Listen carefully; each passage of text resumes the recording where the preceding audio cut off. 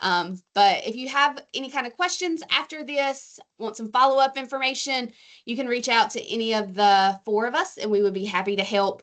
I will be very transparent in saying Shannon and Sandy and probably Sarah are better and more on top of their email than I am. But you can email any of us and we are happy to help. So I will ask, I know I told you to bring up Canva and we are definitely going to use Canva. But if you have your phone on you, if you will scan that QR code, there are about 3 questions I kind of want us to process and think about before we jump into the content. And so you can do it on your phone. I also put a direct link to the Mentimeter in a chat. So if you just want to click on the link from the chat and answer those questions, just to kind of get us processing kind of the direction we're going today. So again, I'll throw the link to the Mentimeter in the chat. You can use your phone. It works really well on there too. And then I'll give you about 3 minutes. Set me a handy dandy timer. And then we'll kind of debrief as a group. If you have questions, let me know. But let me set my timer. So we can get going.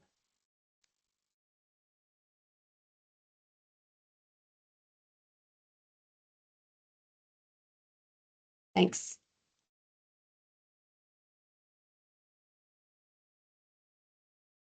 Fun fact, if y'all didn't know, if you're both collaborators in a Canva and somebody starts a timer, it makes all kind of funny noise on your computer too. We learned that the hard way.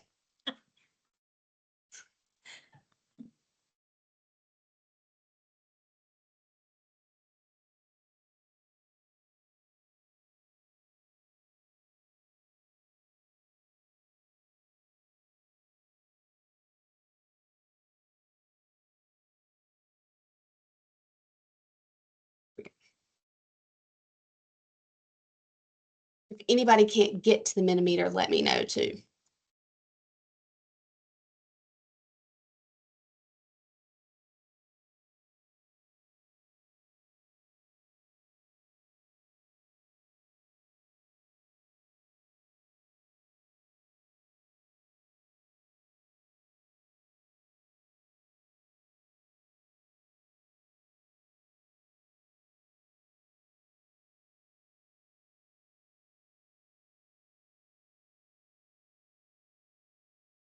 I have about a minute and a half left.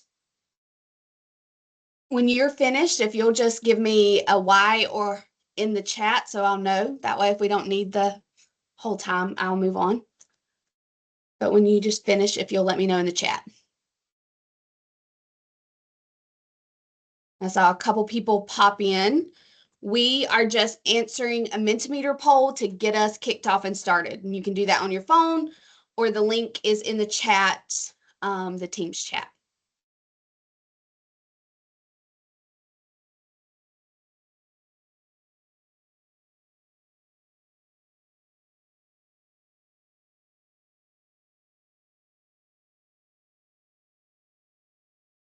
Less than a minute.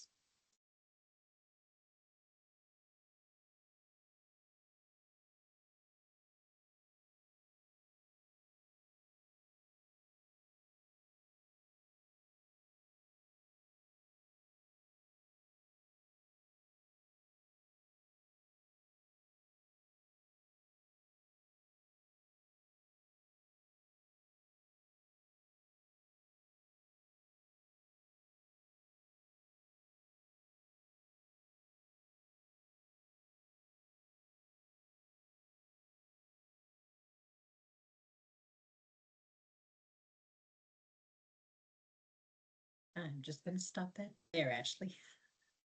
All right. So that is time. So I want us to look at some of these responses together.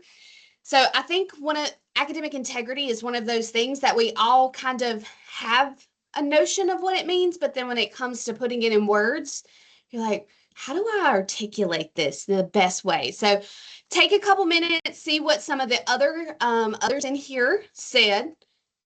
So full commitment to the academic process. I like that. Whatever the process task is for the day. Honesty and responsibility. Responsible. Honesty, truthfulness. Showing up when no one's watching. Following instructions, giving your best effort, acknowledging missteps, using verified information from appropriate purposes. All right, so honesty, responsibility. I like the no one watching, absolutely. Think that. And so different ways that we do this. Spirit, having proof of your, like proof that you did something, accountability, fairness, open discussion, transparency, purposeful, persuasion, verifiable, directness, respectful, place names on paper. And then this was the one Ashley, before you go forward, this is a word cloud, and when words are entered more than once, they get bigger. And that says a lot to me that all of those are the same size, which is why we often struggle with academic integrity, because each of us has our own perspective. Absolutely. And so looking at this particular scenario, and so it looks a little funky on my screen, but this is Miss Adams's class, and she had students writing. She gave some directions. She didn't necessarily say which way or the other if kids could or couldn't use generative AI. And then she did have some students that went out and because they had access, used that. And so you can see we all don't agree in this room about whether that was cheating or not. And so we have some yeses and we have some nos. And so in the world of AI, cheating, when we talk about concerns, is one of the number one concerns raised. Academic integrity being one of the number ones. And so it's interesting. And I see some in here that you said it was only cheating because they didn't disclose, which is a great point. Maybe it wouldn't have been. I love that, which is what we're going to get into today. How do you foster that culture of academic integrity in a classroom, especially in a world where Gen AI exists? Because I don't think any of us are sitting here trying to argue that cheating didn't exist before Gen AI. Cheating has been here forever and always. I remember when cell phones became big and everybody, like, that was the thing. And then when we went one-to-one, that was the thing.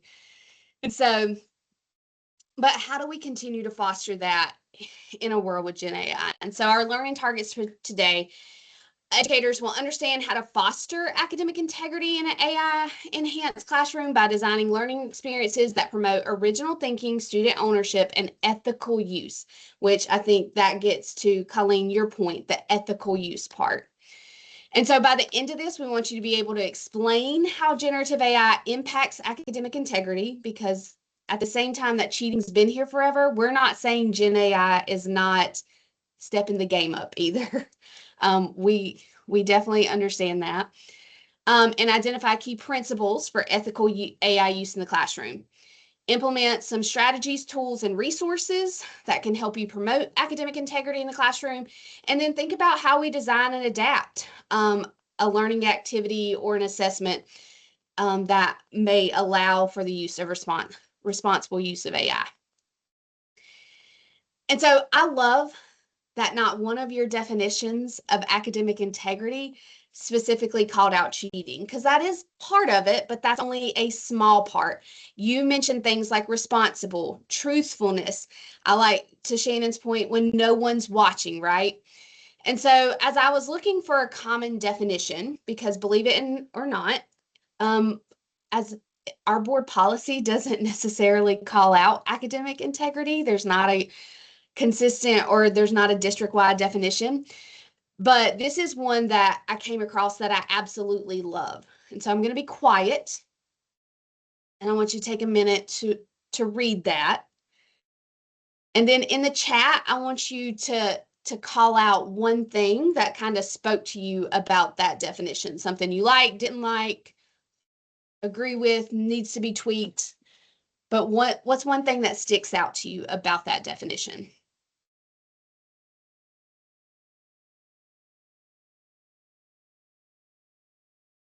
Can I talk instead of typing? Yes, please. We're a small group. Absolutely. Okay. So my favorite thing about this is responsibility and how it says take ownership of your own learning, because this is a constant conversation I have with my 7th graders. Because everybody has their own learning process and learning speed. And so I tell them and try and teach them, how do you evaluate your own learning? How do you know what you know? And how do you evaluate what you need to do next? Because while I am good at my job, I am not perfect at my job. And so you have to be responsible for what you are learning is your education. I've already gotten mine. Yeah. You have to choose it for yourself. I love that. I live in the world of personalized learning, which is all about student agency and helping learners learn themselves as learners so they can take ownership and take responsibility. So all of what you just said speaks to my soul, and we're actually going to talk more on what you just said in just a moment. Absolutely. Okay, so in the comments, I'm seeing being truthful, holding yourself accountable, trust. Level the playing field, consistent. I like the phrase valuing the learning process, and responsibility because it should be part of your entire life. Absolutely. Sarah and I had an interesting conversation, like academic integrity. How does that differ from just integrity, and why do we call out academic integrity? It was interesting. We had that conversation earlier. So we're going to come back to this definition, because academic integrity, to the point of owning your learning, that conversation we were having earlier, it is bigger than just not cheating. Cheating is a piece of it and a part of it. It speaks to that truthfulness and the honesty and even the trust aspect. But there's a lot more that goes into building a culture of academic integrity. And so I do want, in case you are wondering, because people always ask this, where does that come up for us in like the code or places like that? So we do have board policy. I linked it there for you. It's 5131. It is our student behavior code of character, conduct, and support. Under section 5, there are about 1,000 different behaviors that are prohibited by students. Cheating is number 43 on that list, and plagiarism is called out at number 44. And then if you're thinking about the actual code of conduct, the handbook and where it's called out, there is a section on cheating and plagiarism both. And they both call out the inappropriate use of artificial intelligence. So that is a part of our code and of holding kids to high standards and accountability. If they do misuse it, it is there. Again, there's more that goes into it than just the cheating aspect. And then even the inappropriate use of technology, we are currently in the process of revising policy 6161, which is our acceptable use policy. And it will have a section dedicated just to generative AI and the appropriate use. So just to kind of, as a FYI, if you need to look that up at any point. And so when we think about cheating and kids cheating, the focus often centers around why we believe kids are cheating and what we think they're doing when they're cheating. So we did a little research and checked into the most recent research that's out there with Gen AI as to what students are actually doing with Gen AI. That's on the left side of this infographic. About 75% of kids report that they use generative AI. But the reason they're using it, their purposes are not necessarily what educators' perceptions are. Kids are brainstorming with it 20% of the time, drafting and proofreading 35% of the time, solving math 20% of the time, trying to understand difficult context about 15% of them, personally using it for personal organizing and planning 5%, completing the entire assignments is down there at the bottom with that personal organization and planning only 5% of the time. That is not the perception that teachers have. I know this from the multiple articles that I've read and the multiple publications that are out there, as well as talking to numerous people across the state and within our own districts. The perception, if you look in the center, educators believe on the right-hand side of that column that kids are lazy, that they're doing it because they're lazy and they don't want to do the work, that they're not interested in it, they don't respect their teachers, and they just want the easy A. When what children are self-reporting and through conversations and interviews, kids are pressured. They are being graded on things that maybe they haven't had the opportunity to fully learn, or they've got this pressure from parents or colleges or different programs they're doing to have good grades. And they're worried they're not going to get them if they don't use the AI to help them get that. They are out of time. Our kids are multitasking in every different activity that's going on out there. They just don't have the time to get it done. There's this task ambiguity. They didn't realize they couldn't be doing it, or they don't really understand the task, so they're using Gen AI to help them complete it. And some of it is just plain desperation for help. They just need help. And we all know kids are the worst at asking for what they need help for. Down at the bottom, those two people talking, kids are saying, instead of catching us, can we just have some clearer guidelines on where AI help ends and where our own work begins? And yeah, they want more process-based grading to reduce the pressure that makes some students feel like they have to cheat. Over on the right-hand side, we look at those key issues and emerging risk with the academic integrity in AI. AI detection's not really reliable. We'll talk a little bit more about that later. There are lots of false positives that come out with those. There's AI bias and hallucination that comes into play. We've talked about that in some of our other sessions. And then there is still a huge equity and access gap. Even when AI is concerned, you would think opening up is going to help level the playing field. A lot of times people have that perception, and that's not necessarily the truth. And so I just want to also say, like, we know some kids, I taught middle school, kids don't always have altruistic motivations. Like, some kids just make terrible choices, right? We know that. We know there is maybe a degree of laziness with some kids, but I will tell you, as a National Honor Society kid who was the captain of the cheer squad and all these extracurriculars that I did, our National Honor Society cheated more than any other group in that school. And I can tell you it was because we were all competing to get into these schools and competing for these scholarships, especially, like, I came from a family that had no money. I'm the only one still in my family that my nephew he's the second in my family who has gone to college, and there are 15 grandkids, and I'm the only kid of my parents that has gone.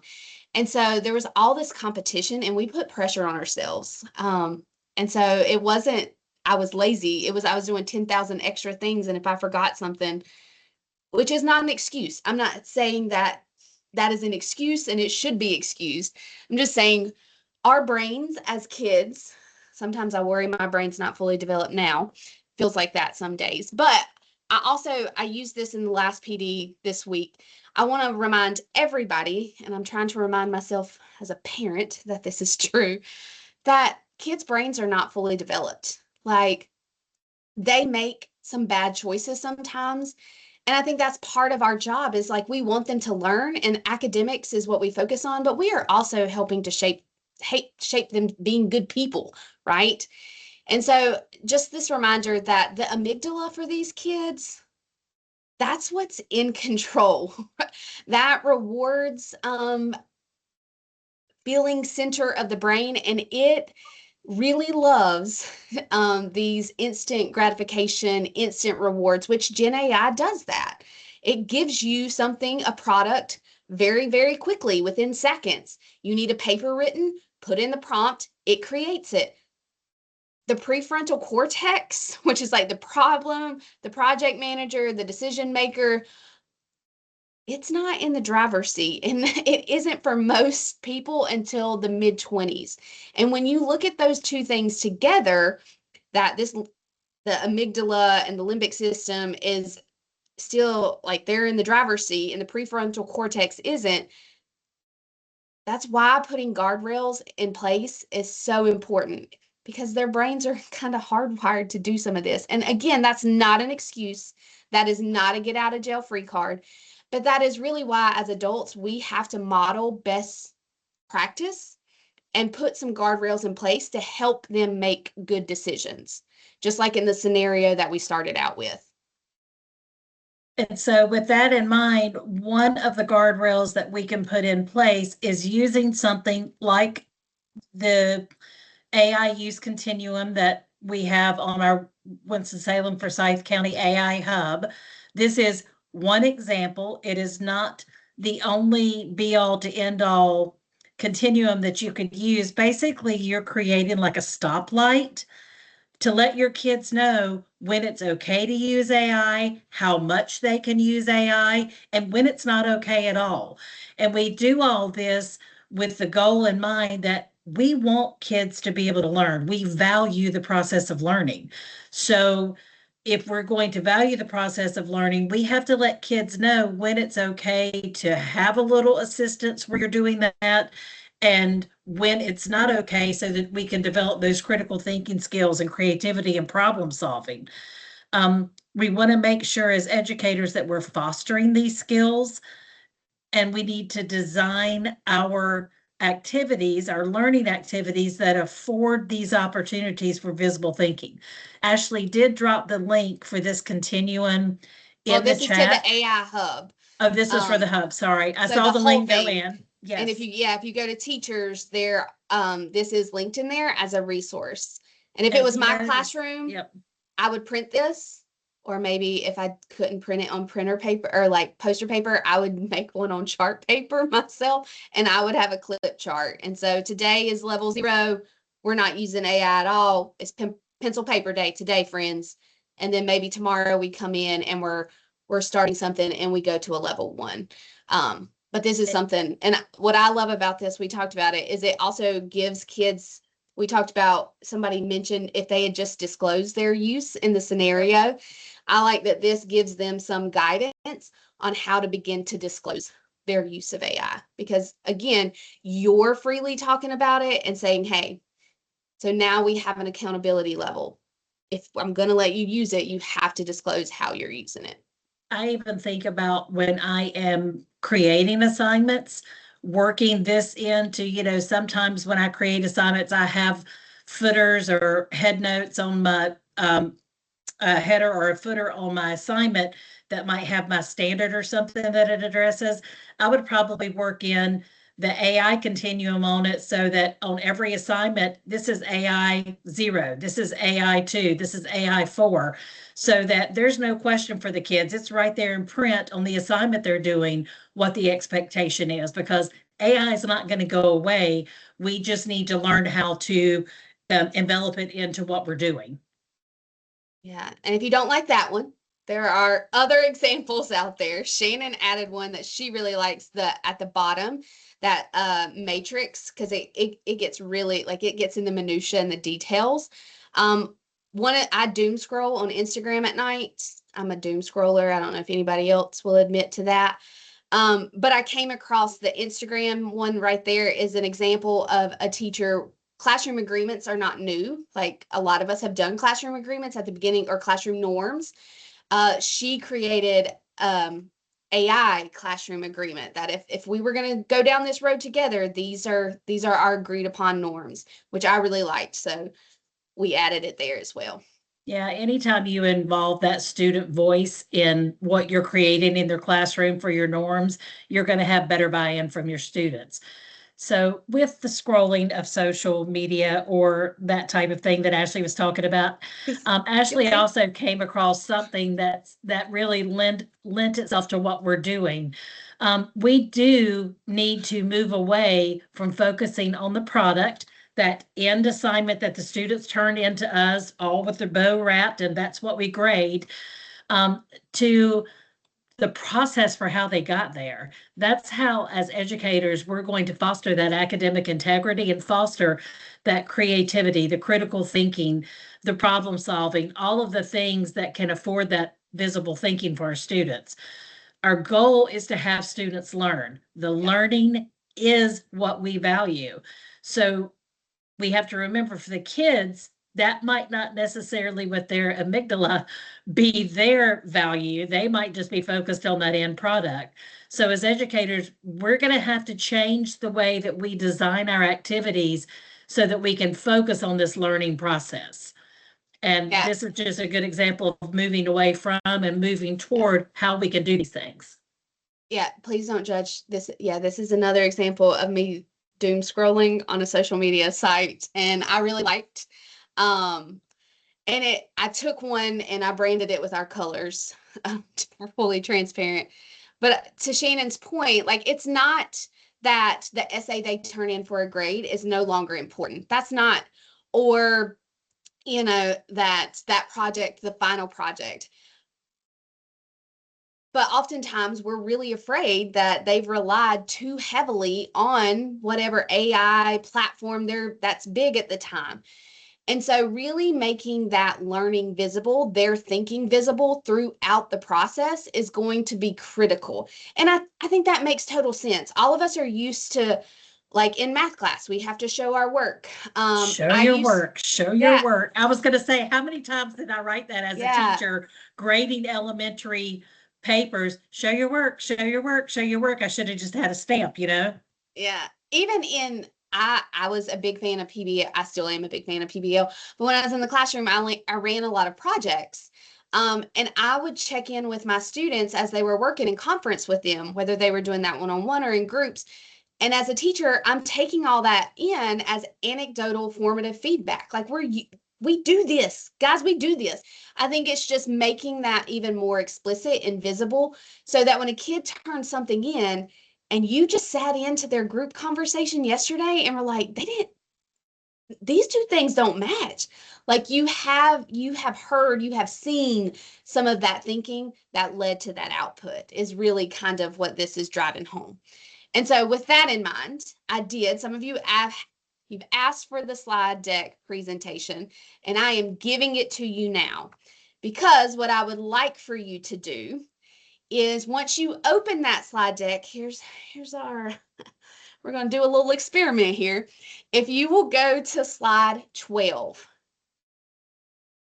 And so what slide 12 should be is an interactive whiteboard. That's why we had you sign into Canva ahead of time.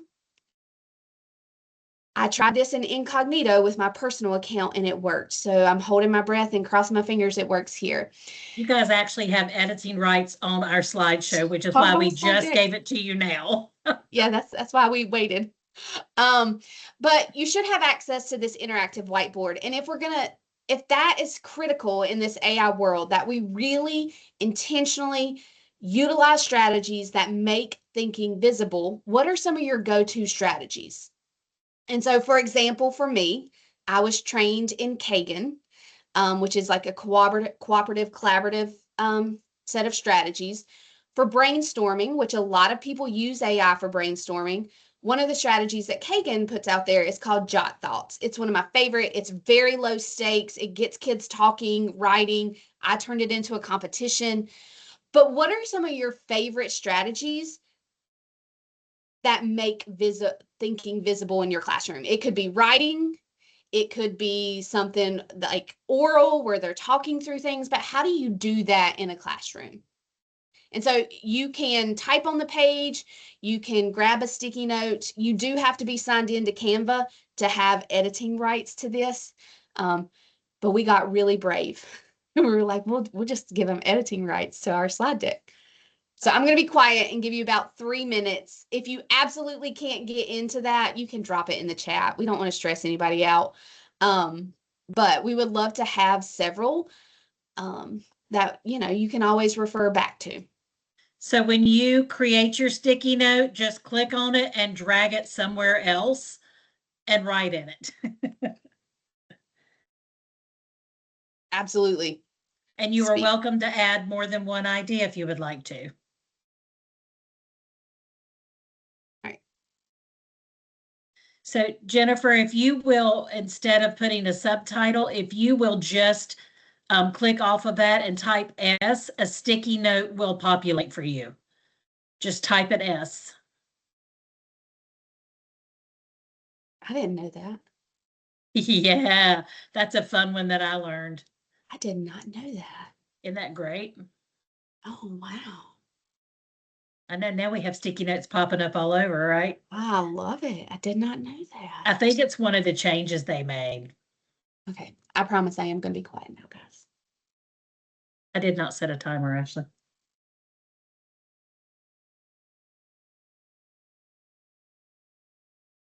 I set one.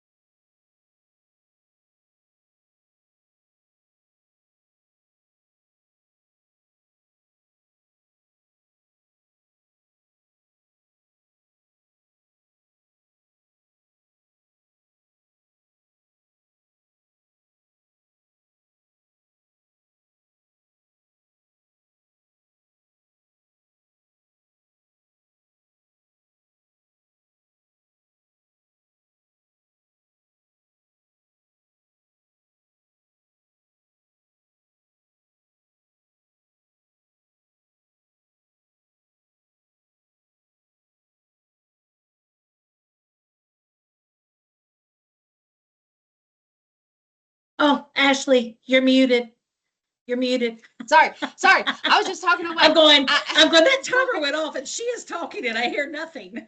I added a sticky note with one of my favorite resources. If you're looking for strategies, whether it's writing, talking, whatever that is, to make visible really like to make the thinking visible in the classroom, that's one of my favorite go-tos. I also have another one I'll link in here as well. If you're ever looking for certain strategies, and a lot of those have a written component, so that I used to love, even if I let them do things digitally or like use AI, I always had some written sample that they at least started with, like a graphic, something that let's see if these ideas connect. Because if there's no crossover here, like we need to have a bigger conversation. So I'll drop the other resource in there as well. But let me get my presentation back up here. But in the world of AI, we know we have to put guardrails in place, but also as educators, we know we have to think about doing things differently. We've had this whole conversation across our district about future ready, portrait of a graduate, deeper learning, and what does that look like? And I think that goes hand in hand in the world that we're living in today, and AI and the impact it's going to have on education. Anytime there are cultural, societal, economic shifts in our world, we as educators feel that. We have to pivot, we change our practice because we adapt to do what's best for our students. And so this is another instance of how we're going to see a shift in education due to generative AI. And some of the ways we've always done things, I know we say that. We said that when when we had BYOD, and then when we were one-to-one, and when we had, like, the way we've always done things doesn't necessarily work. We're going to have to shift and change to accommodate this new world that we live in.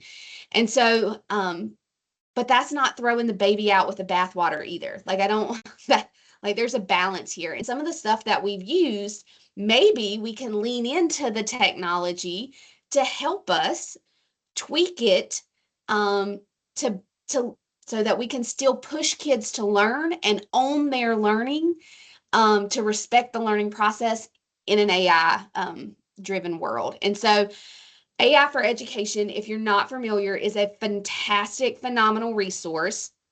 And they have a prompts library that is amazing. And so we have curated some here that kind of speak to this idea of academic integrity and the larger definition of academic integrity. I'm going to pull one up. So let me go back here. Maybe I'm going to pull one up. You will. Yep. There we go. When you go to these prompts, it will start off giving you the title at the top. It tells you to use it. It says in ChatGPT, but Gemini, whatever large learning language model, chatbot you want to use, you can use. It then will tell you, it'll give you the fill in the blank template portion of the prompt, and then it gives you an example so that it gives you something to work off of. And then at the bottom, it gives you additional prompting strategies so that if this better meets your need, these are the kind of things you can add in that will really tweak this to be what you want as a prompt. When you are looking at redesigning, refining, tweaking activities that you're doing, think about this when you're looking at your lessons. Ask yourself, if I give this to my kids, this is kind of like auditing your assignment. If I give this to my kids, how much of this could they generate using just AI? And the more that they can generate just using AI, the more you probably need to redesign that task. And if the students are going to cheat, consider what the cheating driver would be for that. Would it be because they're just concerned about a grade? Would it be because it really doesn't have any relevance to them and they need to understand why it's important to learn this thing? Think about what that cheating driver would be. Is it the lack of interest, the high stakes anxiety, confusion about instructions, etc.? And then redesign your activity with the help of one of these prompts or some other strategy, and think about how you can make it so that it is more AI resistant. So what we want to do is give you guys probably a good 8 minutes or so to look, maybe longer, I don't know, we're getting close on time, to look at these different prompts and consider how you might change something that you do in the classroom. So go ahead and click on those. And if you need any help, please drop into the chat or unmute while you're working. Yeah, all of those are linked. You can click directly in. And if you go and you click on one, you can always hit back to prompt library. It's going to take you back. Yes. Yeah, it'll take you back. And if you're looking for assessment or for students or lesson planning, you can click on any of those at the top. There are way more prompts than we linked. Yep. Like this is a great resource. All right. But we're going to give you about 8 minutes to look around in there. If you've got something you want to play and modify and adapt, go ahead and start playing with it and see what you get.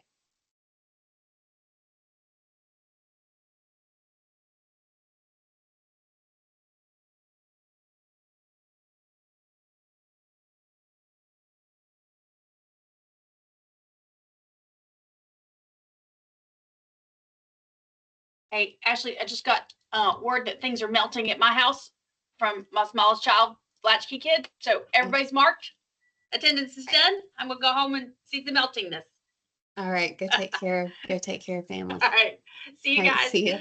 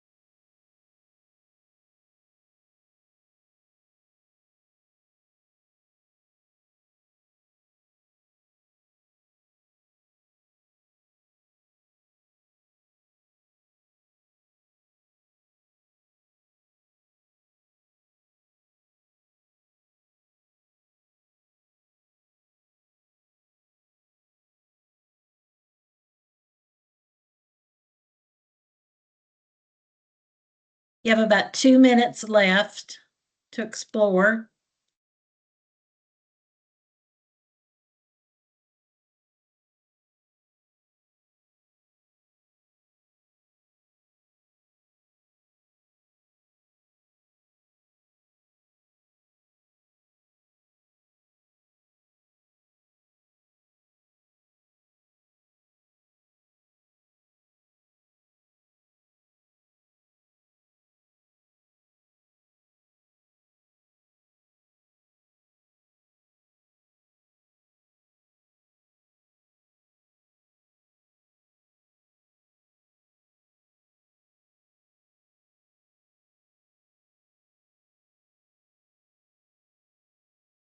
As you're finishing up, if you have any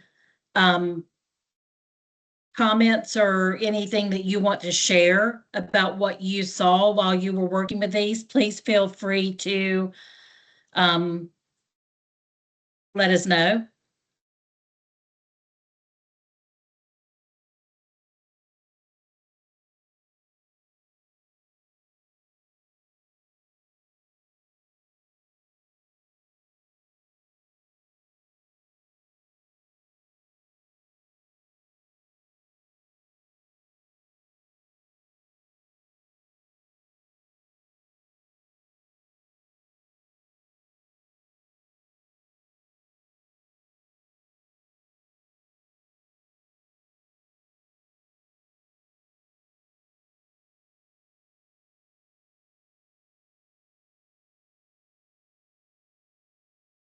So that should about wrap up your time. I hope that you guys found where you can use some of those. Again, there are tons on the site.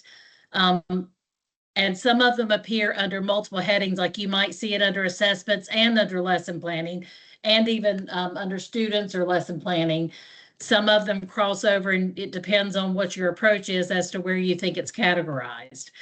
So as we move from there, we're going to now talk a little bit about if we're going to have students use AI, why would we use AI detectors or why not use AI detectors? So here we have an infographic that I made using NotebookLM and some resources that I pulled, some sources I pulled together. Using AI detectors is a real dilemma for educators. AI detectors, if you don't know how they work, they don't actually read text. They just do a statistical probability to guess whether it was machine written or not. And because they often take formal structured writing as created by AI, there are often false positives when it comes to identifying student work that was done with AI that wasn't actually AI. So it is a guessing. Detectors flag text that they think AI could have been used on. It is not proof. And you can easily bypass these detectors by humanizing work. And there's even software coming out now. Kids are using, especially they're finding it in upper education, as in collegiate level. They are using humanizer tools to make the work seem more human. Unfortunately, in our world of education, we know that there are marginalized students. And again, AI detectors hit that group of students that tend to be marginalized much more severely. Our ESL and our Black and Brown children, usually 61% of their essays can be flagged as having used AI when it's really just the structured writing they've been taught to use that's flagging it that way.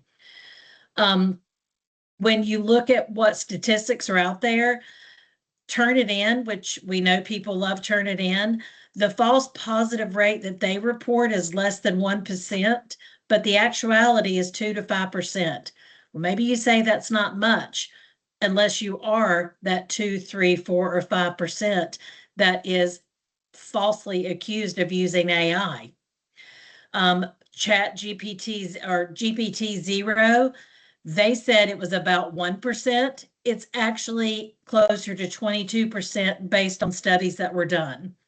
human educators, it's not available what's false positive for them.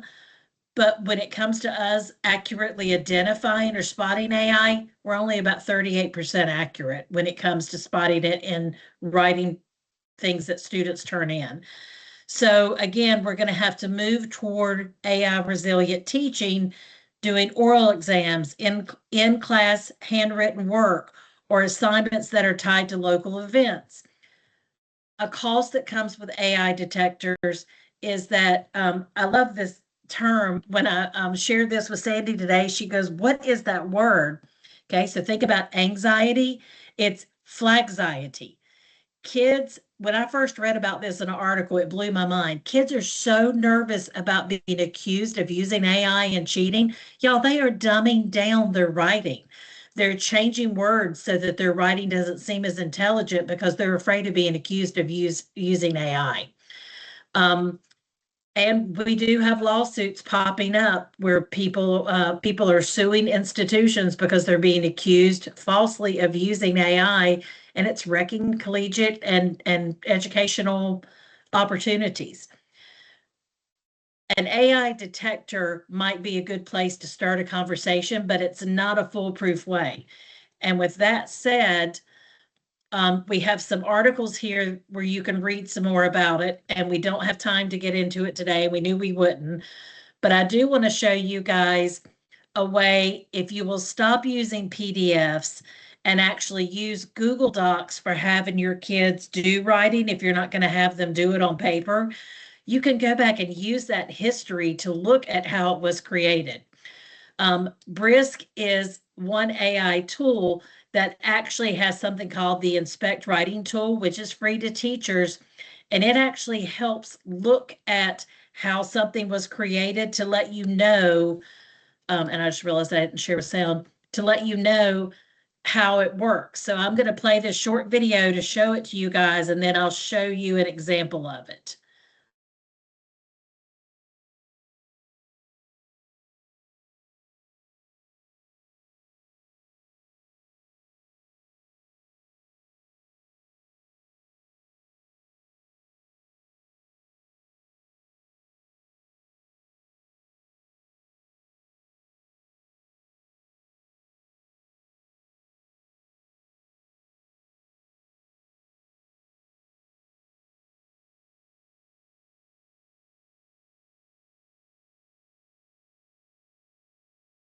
Shannon, is it supposed to be playing? Because it's not shared.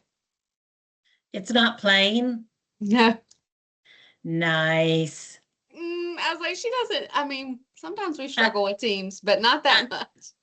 No, I don't normally struggle this much. Okay, so let me, I am going to pop to here and let me share again. Share. Screen. I don't know if I shared with sound that time. I am struggling today. Stop. Share with sound. Can you see the video? Yes. Yeah. Let me try play again. Tell me if you can't hear it. We're going to take a look here. I can see it. I've actually pulled up a report from a student, and this is just a general Google Doc. So what I'm going to do is summon Brisk down here, and I'm going to choose the Inspect Writing tool. Other AI detection generators will simply run AI over your report and tell you the percentage of likelihood that it used AI. But look what Brisk does instead. Brisk is going to create a video for you of the version history of this document. So what you're getting is a much more holistic picture of how the document was built, including where large pastes of text were inserted. So for example, if the student had gone to ChatGPT, asked it to write a report, and then come and pasted it in, we would see that down here along the bottom where we see large pastes of text. So what I can do is click on one of these and see what text was pasted. In this case, the student pasted a quote. This is not an indication that the student plagiarized this assignment. In fact, we want quotes inserted. That's an important part of the writing process. So I can quickly look through these and determine that the pasted text was indeed a genuine part of that writing process. Across the top, I get information about when the assignment was created, how many large pastes there were, how many edits were made, and how many minutes had been spent. All right, so I'm going to stop there because this video is too long for the amount of time we have. But it isn't here for you to watch the whole thing. And I am going to show you guys the Brisk Writing Inspector on an actual document that I wrote. Again, it does have to be used on Google Docs. And Ashley, can you see my Google Docs on your screen? Yes. Okay. So this is something that I literally typed up to show how you can use Brisk to be a secondary check when you're evaluating students' writing. I already have the Brisk tool downloaded, extension downloaded on my document. I do have instructions for how you can do that if you don't. So I open up Brisk. I'm going to click the Inspect Writing tool. And when I do it, immediately it tells me what date this was created. It goes through the actual time up here at the top. It tells you that there was one big paste here, 495 edits, and it took me 4 minutes to create this document. Down at the bottom, I can see that this is where it's going to show me my large copy paste. And oh, this is not what you want to see. All of this was copied and pasted into the document. So if you come across something like this gives you that opportunity to say, okay, I need to have a conversation with this student about how they came up with their ideas for this writing. So then you conference with the student and say, tell me about this. How did you come up with these particular ideas? Approach it however you want, but we all know that going up and saying, hey, you pasted in here and you cheated is going to get your kid to shut down. So you handle it as you would with the relationships you have with your students. But instead of just telling you this was likely created by AI, it's letting you know it's really more of a tool, not if it was just done by AI, but this kid went out and Googled something and just pasted in what they found. It gives you a much broader look at the process of how a student creates something.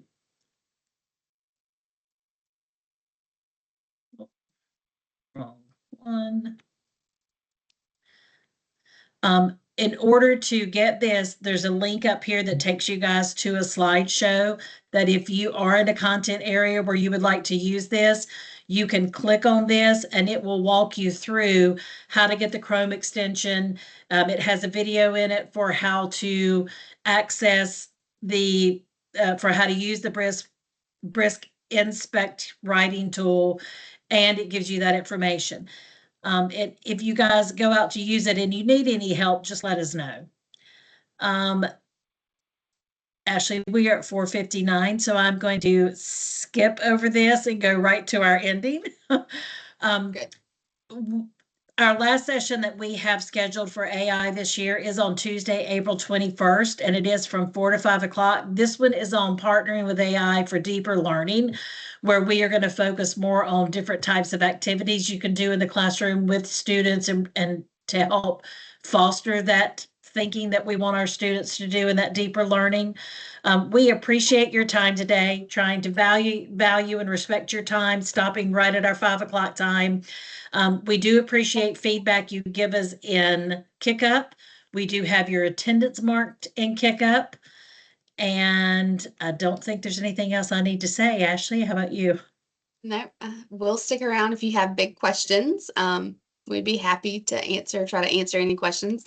But if you have other commitments, you are free to go. Thank you for spending time with us today. Rachel, I saw your hand up. What you got?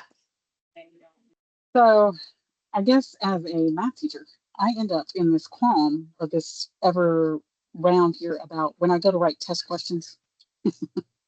And, or if I write, what I want to know is, I get flagged for AI all the time because the way I write is very direct and very succinct. And as a math teacher, you write things as succinct as possible. There can't be any questions after you finish it. So a lot of my stuff does get flagged. How? Tell me how it is that you work around, or I want to know what's happening on the back end to where I don't get flagged for what I'm writing. I don't understand that aspect of it. That's more what I want to know.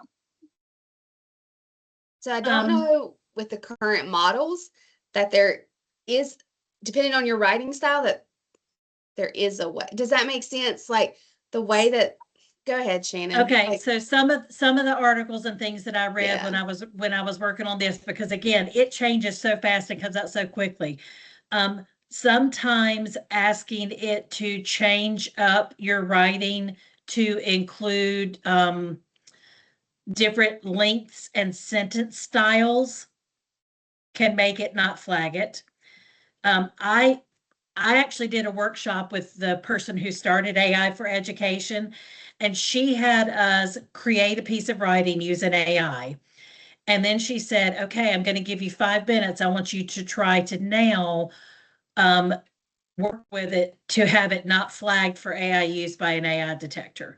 So I went in and had it write it like a person was writing it, not AI. Change the sentence structure, use varied sentence structure, make sure that you use a variety of vocabulary, aim it toward this audience. I just put a few tweaks in like that. And I said, but keep the main idea, keep everything, don't change the content or the messaging. And it changed it. And 100% of us in the room fooled the AI detector. but you're saying your original writing gets flagged, is what you're So saying. yeah, I will write, I'll write something out and I'll put it in. And then if you're writing a test question, it's a very good example. When you go to write a test question for math, you've got to make sure that you are so on target with what you're saying. Is so It's succinct. structured. A test question for math is very structured. It's going to be flagged as AI, and I'm not sure that you can. There's no workaround. No, Okay, so what I would do, Rachel, is I would take a question that you've written and say, I wrote this, it wasn't written by AI. I would put it into Gemini, our Gemini, because it doesn't train on your stuff. And I would say, is there a way for me to write this question so that it won't be flagged as possibly by an AI detector? And But yeah. ask what about it is would be flagged for AI writing. And I would try to figure out what it is to see. I don't know that you can, for a test writing question, have it not flagged. But I think that speaks to the very idea, like, that we were trying, like, there are kids, there's even been things that I read a lot. So sometimes I have a good vocabulary. I grew up in Surrey County also, so that side of me comes out quite a bit as well.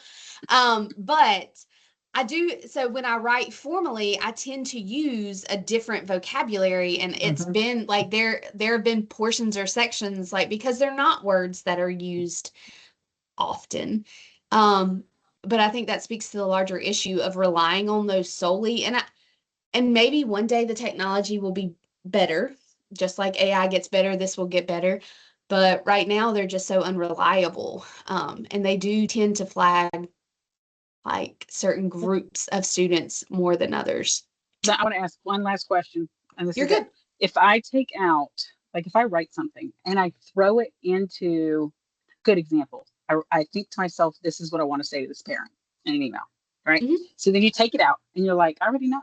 This is too direct. They're going to think I'm too an amount. I'm going to throw it in there and say, make this approachable, nice, friendly. And I will pump that back on out, and then I'll take out what I want. When I do that, it was my content to begin with. I just needed them to make it friendly. Does that still get flagged as AI after that? If you ran it through a detector, it may, yeah. It could. But it was 100% me. It's less likely that it would, but it may. I don't even know. It depends on how much it rewords or revises. Because I have had, like, you know how Gemini now pops up, and Microsoft, it pops it up in your emails to help me write this or polish it or whatever. Sometimes when I use that, yes, it makes it much nicer and it tones it down. Nobody has ever accused me of not being straightforward, brash, and a little too harsh. And it, as Ashley cracks up going, really, I'm shocked. But I'm going, oh, that is not what I would say at all. So it's very obvious. Yes. It's my content. It's Correct. the message I wanted to send, but it's not my wording. Correct. It would probably get flagged as AI, even Depends on how though much. Even though I wrote my the whole message. thing, Right. Yeah. And then I say, just make it more. And then when I go to put it back on in, I don't necessarily take exactly what they have there. I go, okay, well, maybe this sentence and that sentence. Yes. And I don't like the way it structured my thoughts. And I go, no, this is not my point. I need it set this way. But I feel like it still gets heavily Yeah, it would flagged. depend on how much revision actually happens and if it matches some of those, like the structure of what they would ping as AI, but it would all be dependent. Yeah. I tend to do that with emails all the time. Like I had Well, it was an email. I just use email for an example. It wasn't an I email. do it with emails That all the just time. happened. Emails cause me anxiety, and so I always try to ensure that they're clear and that they have a professional tone, and my face is always very loud. And so I can't do a whole lot about my face being loud, but I tell it to like change the tone in my email and stuff so that doesn't come across. But I do that for email, and I'm sure it would get pinged, but absolutely. It's But when you do the it is my professional original thing. thoughts. Yeah. It's the professional things that I'm like, I don't appreciate getting dinged here. You know, I was like, I wrote everything. And then unknowingly, Oh, what happened? Oh, she clicked your earbud. She okay. clicked your earbud. I only know that because I saw her reach up, and I am guilty of doing that so often. Oh, did I stop this recording? I think I did. Oh, no, I didn't. It's all good. I mean, that was good conversation. It was.